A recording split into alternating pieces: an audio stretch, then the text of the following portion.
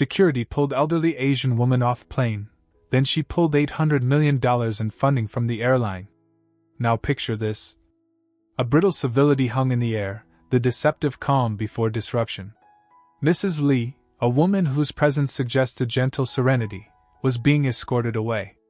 Flanking her were two security personnel, their expressions carefully neutral, masks of professional impassivity. She offered no physical resistance, yet a quiet, resolute spirit emanated from her slight frame, permeating the first-class section like a chilling breeze. "Madam, I must insist," one of them intoned, his voice a carefully modulated baritone, the implicit threat barely concealed.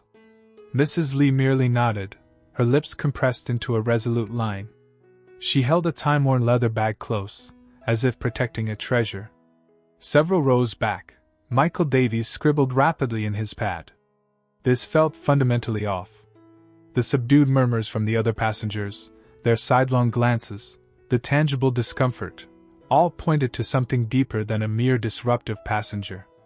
"This is an outrage," a woman flaunting a diamond of considerable size declared, her voice a piercing interruption to the guard's controlled delivery. "She's done nothing! What is happening?" The guard ignored the outburst, his attention fixed solely on Mrs. Lee. Michael watched as they approached the open doorway, the tarmac's glare offering a momentary, harsh illumination. He strained to catch any words, but only the hiss of the jet bridge filled the void. He registered the details: the flight attendant's frozen smile near the cockpit, the tight-lipped disapproval etched onto the faces of the other privileged travelers. He jotted a quick note, unease pervasive.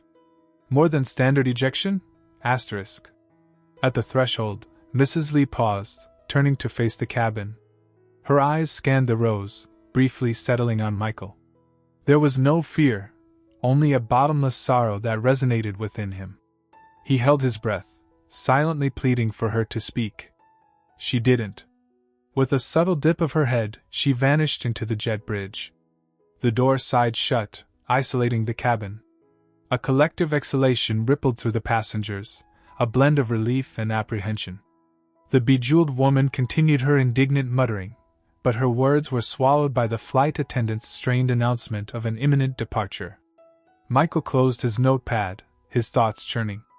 He was gripped by a profound certainty that this was more than just a random event. Her bearing, that almost imperceptible glance, it was a communication, a silent appeal. He retrieved his phone, scrolling through his contacts. He needed an insider, someone familiar with the airline's inner workings, someone who might recognize Mrs. Lee's name.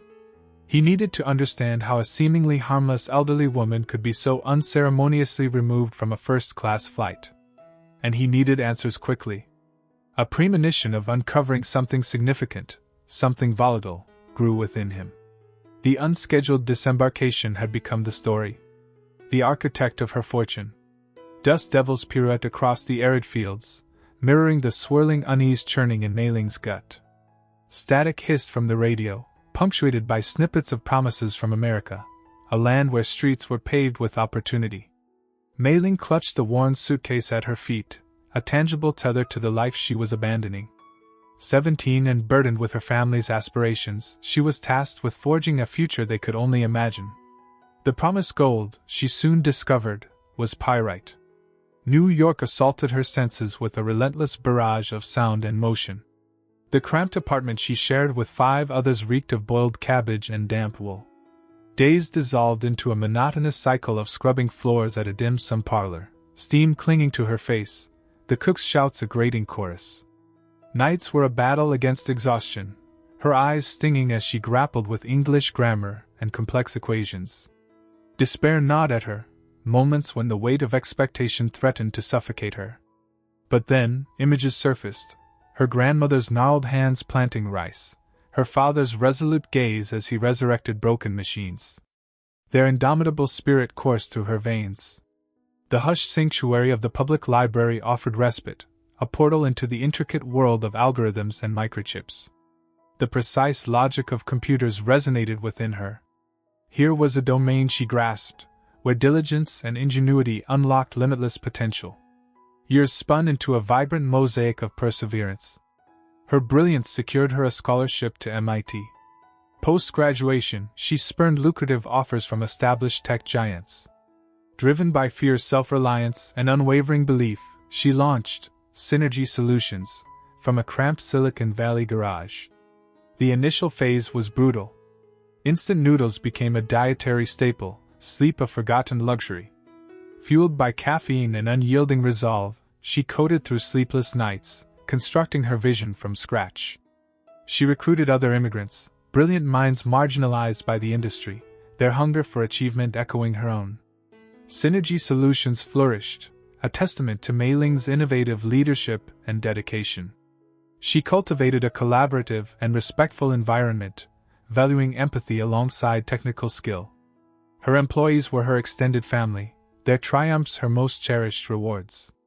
The company expanded rapidly, pioneering cutting-edge software and technologies.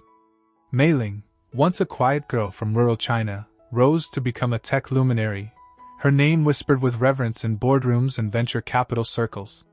She had built her empire, painstakingly, on a foundation of relentless effort, intellect, and unwavering self-confidence. Now, trapped in this sterile room, stripped of her dignity, that life seemed a distant echo.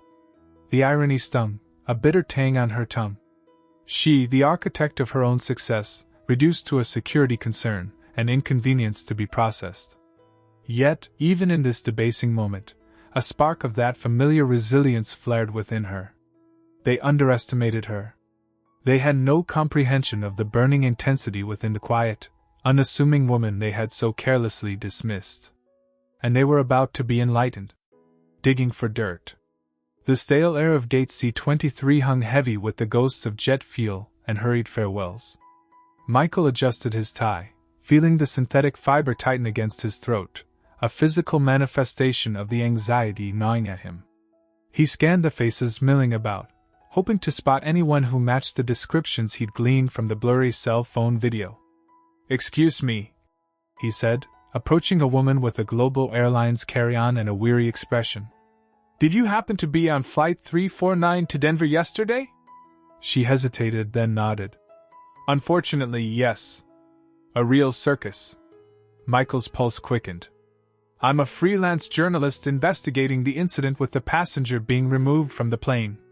Would you be willing to answer a few questions?" He flashed his laminated press pass. The woman, who introduced herself as Sarah, sighed. "Look, I just want to get home. But that poor woman. It wasn't right. They humiliated her. She wasn't doing anything." Sarah described the scene, her voice laced with a mixture of anger and discomfort. "They said something about her bag being too big, but plenty of people had bigger bags. It felt targeted."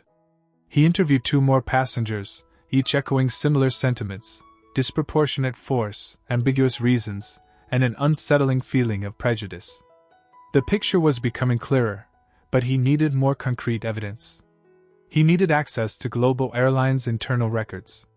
His call to their media relations department was met with a wall of polite but firm resistance. "We are fully cooperating with authorities," a smooth, practiced voice told him. "Any internal investigations are confidential, and we are not at liberty to share that information." He tried a different approach, leveraging a contact he had from his college days who worked in Global Airlines' ID department. He managed to get access, not to the investigation itself, but to the airline's incident report database. Hours melted away as he sifted through hundreds of entries, searching for keywords. Elderly baggage dispute, passenger removal. He found them. Not one isolated incident, but a cluster of reports spanning the last 6 months, all involving elderly or minority passengers. A pattern emerged. Seemingly minor infractions escalated rapidly, resulting in disproportionate responses from airline staff and security personnel. A 70-year-old man asked for help stowing his luggage. A young woman with a hijab was questioned repeatedly about her travel documents. An elderly Hispanic couple had their boarding passes revoked for speaking Spanish too loudly. Each incident, taken alone, could be dismissed as a misunderstanding, a bad day. But together, they painted a disturbing portrait of systemic bias. As he copied the files onto a secure drive, A chill ran down his spine. This wasn't just about one woman being wrongly removed from a plane. This was about something far bigger, something uglier, something that could bring Global Airlines crashing down. He knew he was onto something huge. Something dangerous. The CEO's defense. The glare of the Klieg lights felt like a physical assault. Arthur Thompson adjusted his tie, the silk suddenly feeling like a noose. He plastered on his most sincere expression, the one that had landed him countless deals and evaded a handful of scandals. "Good morning," he began, his voice resonating with practiced authority. "I understand many of you have questions regarding the recent incident aboard Global Airlines Flight 342. He paused, letting the murmur of the press amplify the tension. "Let me state unequivocally, the safety and security of our passengers is, and always will be, our paramount concern. Global Airlines operates under a strict zero-tolerance policy for disruptive behavior." He gestured magnanimously. The crew acted swiftly and decisively, following established protocols to ensure the comfort and well-being of all those on board. Any suggestion to the contrary is simply unfounded. A barrage of questions erupted. What about the elderly woman? Was that disruptive behavior? What were the established protocols? Was excessive force used? Thompson held up a hand, silencing them with a dismissive flick of the wrist. "I will not comment on individual passengers or their specific circumstances. What I will say is that we stand firmly behind our security team and their professional judgment. They are trained to handle difficult situations, and they did so admirably." He offered a tight, practiced smile. "Global Airlines will not be bullied by social media hysteria or biased reporting." With that, he turned and strode from the podium, leaving a whirlwind of unanswered questions and simmering outrage in his wake. Back in the sterile confines of his office, the veneer of calm shattered. "Damage control, people! I want this thing buried deep," Thompson barked, pacing before his executive team. Cynthia, his PR director, a woman who usually resembled a polished mannequin, looked visibly distressed. "Arthur, the video is viral. The narrative is difficult." "Difficult?" "Cynthia, difficult is a flat tire. This is a PR nightmare. I want every news outlet inundated with positive stories. Highlight our safety record. Donate to some senior citizen charities. Find a feel-good story about a pilot rescuing a kitten. Whatever it takes to shift the focus." Mark, the head of legal, cleared his throat. "Arthur, there's more. Ms. Tanaka has officially withdrawn her investment." Thompson stopped pacing, his face hardening. "Tanaka? As in the Tanaka?" He spat the name out like a curse. "How much?" $800 million, Arthur. And there are whispers, others are considering pulling out." He slammed his fist on the mahogany desk. $800 million! Over one incident. This is absurd. Find me dirt on Tanaka. Anything. She wants a war, I'll give her a goddamn war." He sank into his leather chair, the fight draining out of him, replaced by a cold, calculating rage. "And someone get me a double scotch." Meet. The fate of Global Airlines, and Arthur Thompson's carefully constructed empire, hung precariously in the balance, teetering on the edge of a viral video and the wrath of a woman he had underestimated. Viral outrage. Michael clicked publish, his gaze riveted to the digital billboard of his laptop screen. Global Airlines accused of discrimination, elderly passenger forced off flight. A nervous flutter stirred in his gut. The culmination of weeks of work, years of building sources, was now unleashed upon the world. The article showcased irrefutable evidence, shaky cell phone video, corroborating testimonies, and the airline's own tone-deaf PR releases. He'd even woven in a concise profile of Mei-Ling Lee, sketching a portrait of a woman whose quiet grace masked her considerable societal impact as a philanthropist. Barely had he tasted his lukewarm coffee than his phone erupted in a symphony of digital pings. His screen became a ticker tape of notifications, shares cascading across social networks, comments piling up in real time. Within minutes, #Justice for Mrs. Lee dominated trending topics. Skimming the online fray, he found a volatile concoction of fury and solidarity. One user fumed. "Unacceptable! Global Airlines must be held accountable." Another declared, "We stand with Mrs. Lee. End this racism now."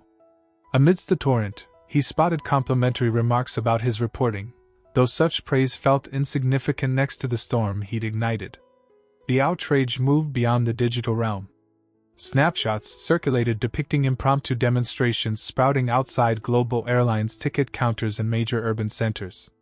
Protesters brandished signs bearing Mei-Ling's likeness, their faces etched with fierce indignation. News organizations, initially reticent, cautiously began to cover the unfolding drama, citing Michael's piece as their definitive source. Global Airlines stock value experienced a worrying tumble. Across town, Mei-Ling observed the burgeoning crisis from her living room television. A maelstrom of emotions swirled within her: appreciation, incredulity, and a growing disquiet. She had never sought this level of exposure. Becoming a symbol, a focal point for simmering racial tensions, was never her aim. Yet, as she watched the determined faces of the protesters, standing defiant against the afternoon glare, a spark of steely resolve flickered to life. Retreat was no longer an option. The shrill ring of her telephone interrupted her thoughts. It was David Chin, her attorney. "Mrs. Lee," he said, his voice unusually strained, "Global Airlines has requested an urgent meeting. They are prepared to offer you a settlement." Mei-Ling paused, her attention fixed on the flickering images on the screen. "What sort of settlement?" she inquired evenly. "A very substantial one," David confirmed. "Enough to make this entire ordeal disappear." Mei-Ling inhaled slowly, deliberately. "Inform them," she stated, her voice a low, unwavering murmur, "that I am not interested in their money. I demand that they confront the underlying prejudices that enabled this incident. Their apology must be public, extended not only to me, but to every individual who has ever suffered discrimination on their flights." Silence hung heavy on the line. Then, David responded, his tone imbued with newfound respect. "I will relay your message immediately." Mei-Ling replaced the receiver, the weight of the situation pressing down upon her. This had swelled into something far larger than herself. The true fight for justice had only just commenced. She understood that Global Airlines would likely resist fiercely. But she, too, would stand her ground. Silent retribution. Mrs. Lee settled into the plush leather chair, the faint scent of lavender clinging to her silk scarf. Across the mahogany table, Mr. Chin and Ms. Anya Petrova, her lead financial advisors, waited patiently. The hum of the climate control barely registered above the frantic beat of her own heart. She'd agreed to this meeting, but a part of her still balked at the ruthlessness required. "The board of Global Airlines," she began, her voice surprisingly steady. "They haven't apologized. Not truly. Their words were hollow, dripping with corporate platitudes. They think I'll simply accept their lip service and disappear." Mr. Chin, always pragmatic, cleared his throat. "They believe the furor will die down, Mrs. Lee. They believe the public will move on. Then we shall prove them wrong." She steepled her fingers, the diamonds on her rings catching the light. "The Lee Foundation will divest completely from Global Airlines. Every share, every bond, every investment. Liquidate it all." Anya Petrova's eyebrows arched slightly. "A bold move, Mrs. Lee. It will be noticed." "Precisely." The initial sales were subtle, almost imperceptible. Blocks of shares were quietly unloaded through shell corporations and overseas accounts, the impact diluted across the vastness of the market. Mr. Chin, a master of obfuscation, orchestrated the transactions with the precision of a seasoned surgeon. Anya, with her intricate understanding of global markets, ensured the Lee Foundation maximized its returns, squeezing every last penny from the holdings. Weeks turned into months. The pressure on Global Airlines began to mount. Initially, it was a subtle tremor. A dip in stock prices here, a missed earnings forecast there. Analysts blamed external factors, rising fuel costs, increased competition. But then the whispers started. Whispers of a major investor quietly pulling out. Whispers that something was rotten at the core of Global Airlines. The tremors became earthquakes. Major institutional investors, sensing weakness, began to follow the Lee Foundation's lead. The stock price plummeted. Layoffs were announced. Pilot contracts were renegotiated. Passenger numbers dwindled as rumors of financial instability spread like wildfire. Mrs. Lee watched it all unfold from her penthouse apartment, the city lights twinkling below like fallen stars. She felt no triumph, only a profound sense of weary resolve. The sweet taste of revenge she'd imagined was bitter on her tongue. She hadn't wanted this fight, but they had forced her hand. The subtle, silent retribution had begun.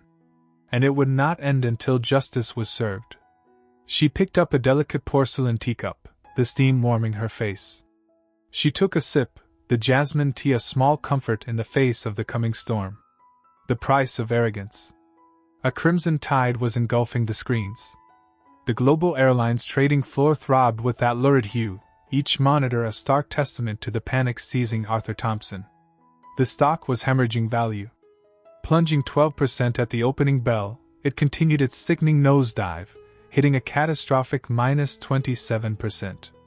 $800 million. The sum haunted him, a relentless, jeering phantom. His jaw clenched, muscles screaming in protest. Around him, traders spat directives into handsets, faces ashen, gaunt. The air vibrated with a raw, frenetic energy, a palpable blend of desperation and day-old coffee. He stood, powerless, watching fortunes vanish like smoke. He entered the impromptu board meeting. The tension was a physical weight. Once ruddy with prosperity, faces were now ashen and pinched. Whispers died as he stepped inside, every gaze fixed on him, a complex cocktail of dread and blame swirling within those eyes. "Arthur," Beatrice, the CFO, began, her voice a strained wire. "We need a statement. Damage control. Anything constructive." He knew she was right. Silence equaled guilt, and Wall Street was interpreting their quiet as capitulation. "It's in progress," he replied, his tone terse. "A draft is circulating." He omitted the detail that each attempt had been shredded by PR, labeled either too contrite or insufficiently concerned. "More than just lip service, Arthur," Harrison, head of investor relations, thundered. "We need action. This Lee woman, this is beyond PR spin. She's systematically dismantling us." He was acutely aware. God, did he know? His attempts to reach Mrs. Lee were met with a brick wall. Her assistant, polite yet utterly immovable, consistently relayed that Mrs. Lee was occupied. No messages were being accepted. He was being iced out completely.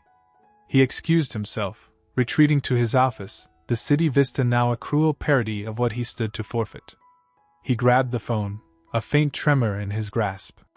"Get me Mrs. Lee," he snapped at his secretary, sidestepping the assistant altogether.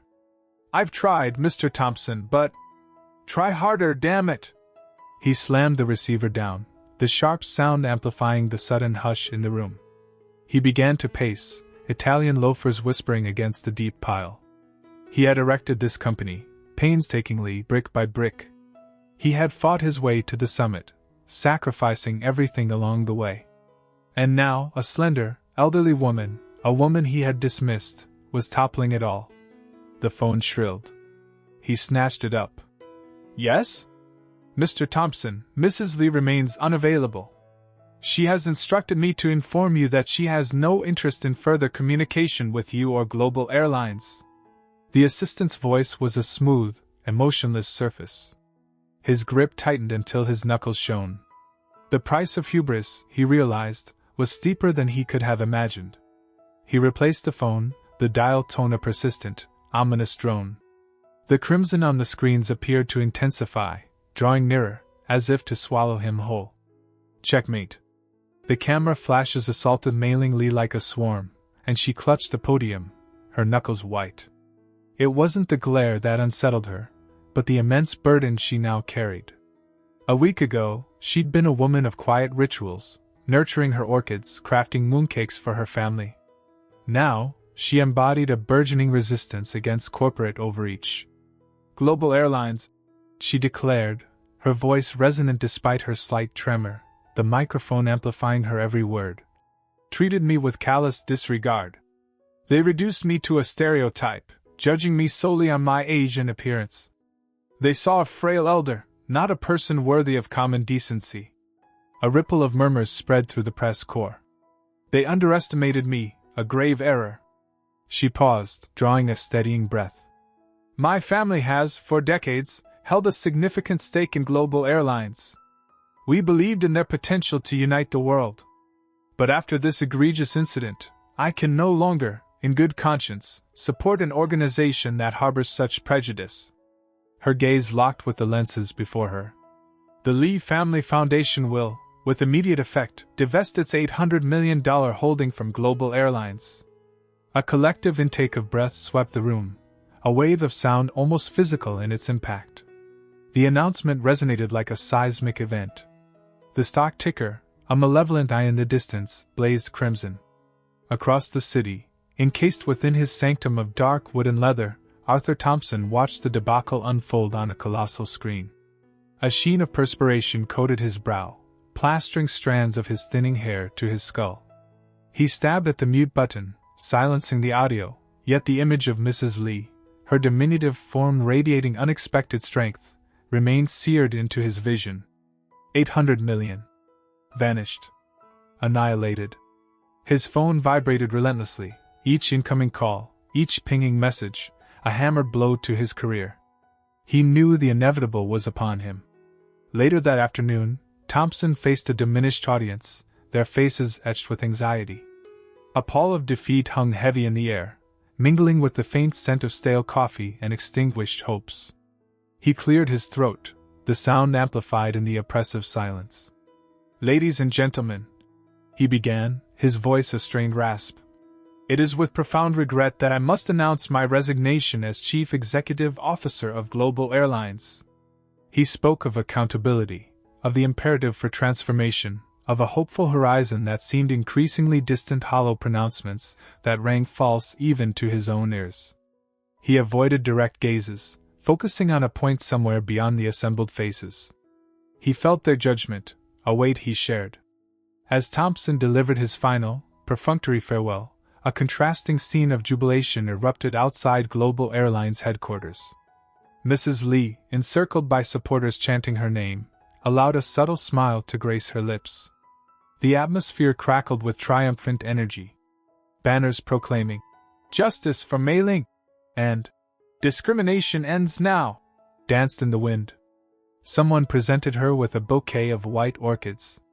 Their delicate perfume, so familiar and grounding, washed over her, bringing a sense of deep solace. It wasn't about vengeance, she mused, tracing the velvety texture of a petal. It was about dignity. It was about demonstrating that even the most unassuming blossom could unleash formidable change. She inhaled deeply, the fragrance a harbinger of future victories. A new flight. A constellation of camera flashes momentarily stole Michael's sight. He blinked, forcing a grin as he accepted the heavy, ornate pen proffered by the mayor. "For valiant journalism." The man's voice reverberated, amplified throughout the hall. The pen felt significant in his grasp, a tangible burden of responsibility. His exposé on Zenith Airlines' discriminatory practices had earned him the Golden Quill, a dizzying honor. Barely months ago, he'd been a ghost, chasing sirens and churning out fluff pieces. Now, he represented something more. His gaze found Mrs. Lee in the audience.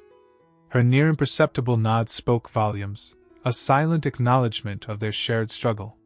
Seeing her renewed his resolve. This wasn't just his award, it belonged to her, to all those whose voices had been stifled and ignored. The following week, the opulent ballroom of the Grand Hyatt throbbed with a different kind of excitement. The flashbulbs now targeted Mrs. Lee. Gone was the timid, bewildered figure from the airport. Erect, regal in a sapphire cheongsam, she unveiled the Harmony Bridge Foundation, a non-profit dedicated to battling prejudice and fostering intercultural understanding. Her voice, amplified through the sound system, resonated with unwavering conviction. "We will not be silenced. We will not be rendered invisible. We will erect bridges, not walls of division. A wave of thunderous applause crashed over her. Michael, scribbling furiously in his notebook, felt a knot tighten in his throat. He had borne witness to her quiet strength, and now that strength was a brilliant flame, guiding others forward. He watched her circulate, offering each person the same warmth and empathy she had shared during their interviews. Days later, Michael found himself at a different airport, a smaller, more intimate terminal. He stood among a cluster of well-wishers, their faces reflecting pride and affection. Surrounded by her family and close friends, Mrs. Lee prepared to board a flight on a less-known airline, one with a reputation for its commitment to diversity. A sense of quiet anticipation permeated the air, a world away from the previous chaotic humiliation. This time, no wary security personnel loomed, no murmurs of suspicion tainted the air. As she approached the gate, her grandson, a bright-eyed boy of 7, presented her with a bouquet of vibrant orchids. She knelt, her face etched with a tender smile, and murmured something in his ear. Rising, she turned to the crowd and lifted a hand in farewell. Sunlight poured through the terminal windows, bathing her face in a warm glow. As she proceeded through the gate, Michael understood this wasn't merely a departure. It was an emblem of fortitude, of optimism, and of the indomitable power of one person to effect change. The sharp tang of jet fuel hung in the air, mingling with the sweet perfume of orchids, a final note acknowledging the harsh conflict and the sweetness of triumph.